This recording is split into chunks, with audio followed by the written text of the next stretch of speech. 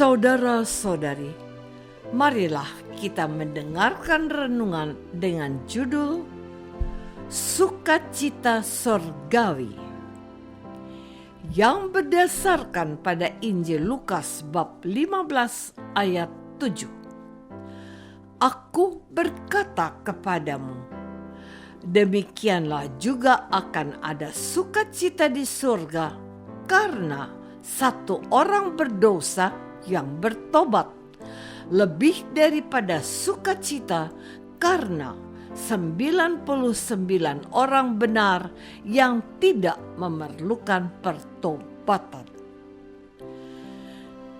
Dalam nama Bapa dan Putra dan Roh Kudus. Amin. Saudara-saudari terkasih dalam nama Tuhan Yesus Kristus. Sepanjang bulan November ini kita bersukacita bersama dengan gereja sebagai persekutuan umat beriman. Persekutuan itu oleh karena iman kepada Yesus Kristus sebagai Tuhan dan Juru Selamat kita.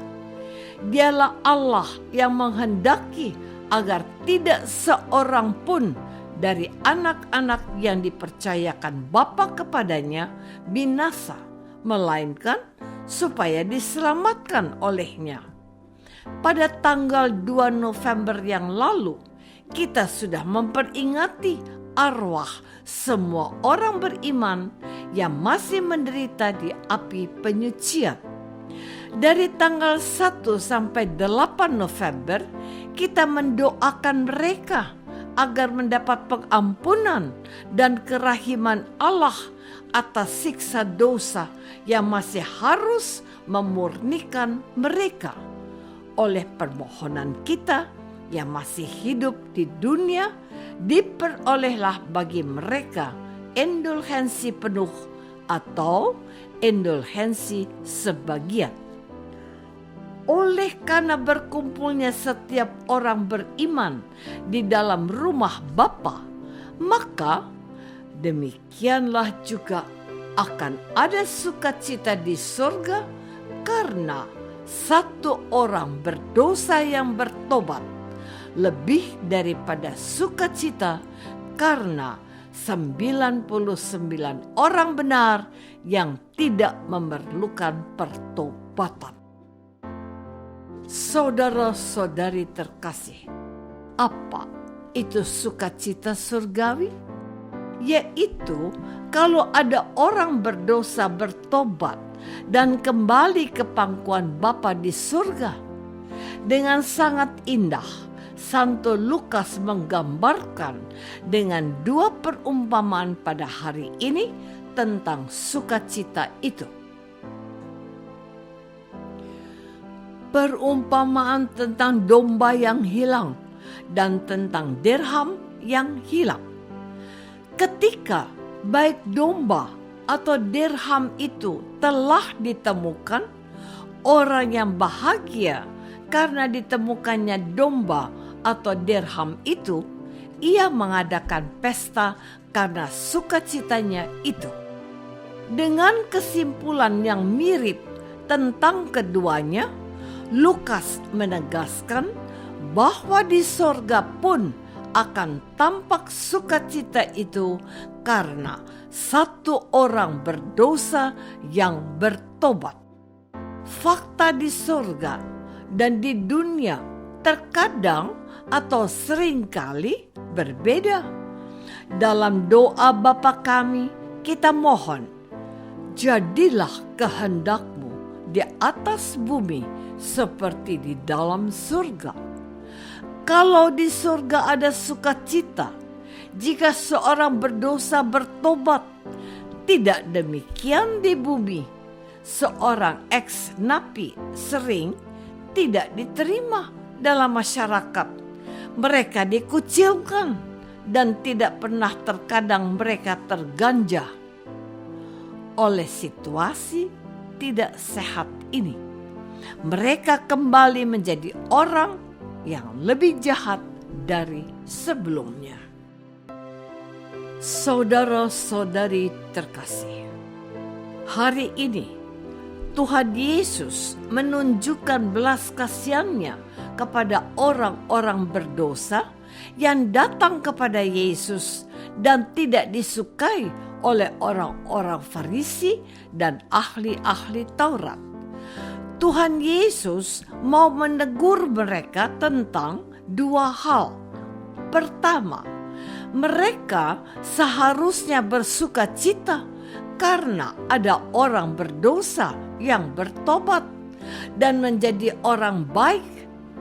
Kedua, bahwa Tuhan memperingatkan mereka bahwa mereka harus memiliki semangat pertobatan dan jangan merasa diri sudah benar dan hebat, karena akan ada sukacita di surga karena satu orang berdosa yang bertobat, lebih daripada sukacita karena 99 orang benar yang tidak memerlukan pertobatan. Mereka adalah tokoh-tokoh agamawan Yahudi yang mengklaim dirinya memiliki keselamatan oleh Yahweh karena mereka telah menguasai hukum-hukum Tuhan. Sedangkan orang-orang berdosa adalah orang yang mereka anggap tidak memiliki hak waris keselamatan oleh Yahweh.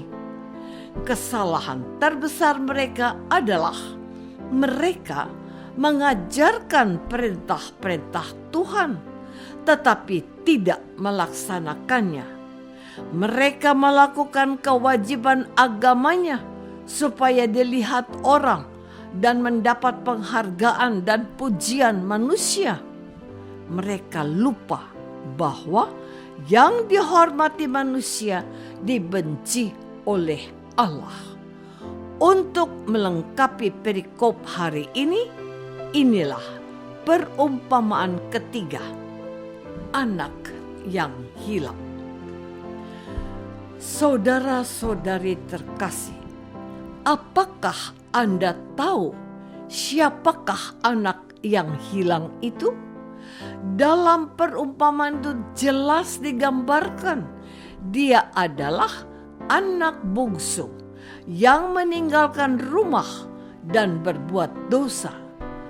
Tetapi setelah menyadari kedosaannya, ia pulang ke rumah bapaknya untuk mohon pengampunan. Fakta ini tidak bisa diterima oleh anak sulung yang menyatakan dirinya taat dan setia. Sebuah gambaran yang berbanding lurus dengan sikap orang-orang Farisi dan ahli-ahli Taurat. Sekarang siapa yang terhilang? Bukan anak bungsu yang menggambarkan orang-orang berdosa yang datang pada Yesus, melainkan mereka yang arogan dan merasa tidak berbuat dosa, serta merasa diri paling benar, yaitu kaum Farisi dan ahli Taurat. Mereka yang terhilang dari kasih Allah, bukan anak bungsu.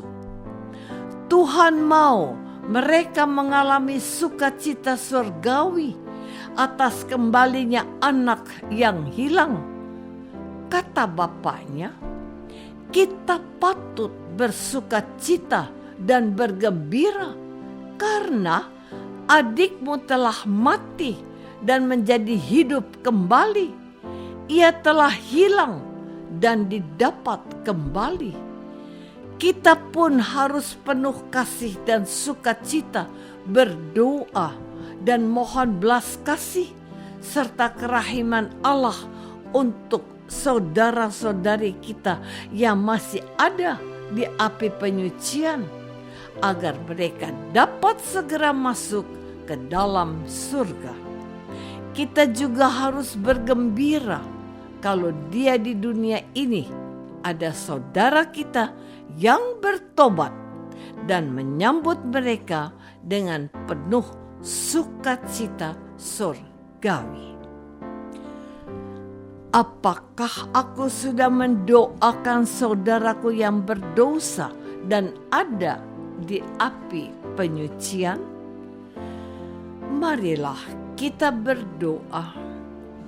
Bapa yang Maha Baik, kami berterima kasih karena Tuhan Yesus telah menunjukkan kepada kami betapa mulia dan luasnya kasih kepada Bapa-Mu yang menginginkan semua orang berdosa bertobat.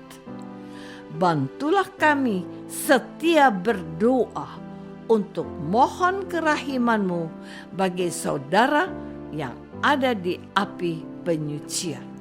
Demi Kristus Tuhan dan pengantara kami. Amin. Semoga kita semua selalu dinaungi dan dibimbing oleh berkat Allah yang Maha Kuasa. Dalam nama Bapa dan Putra dan Roh Kudus. Amin.